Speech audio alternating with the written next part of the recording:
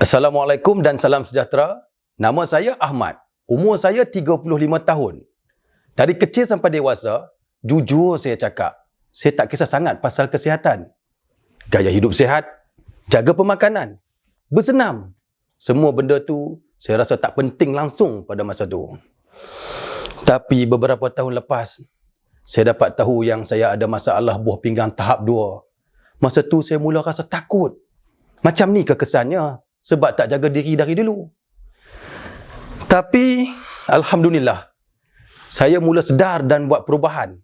Saya jumpa Kini Capsule ni. Satu suplemen yang memang direka khas untuk bantu stabilkan fungsi buah pinggang. Lepas saya amalkan, saya perasan badan rasa lebih bertenaga. Doktor pun kata, keadaan buah pinggang saya makin stabil.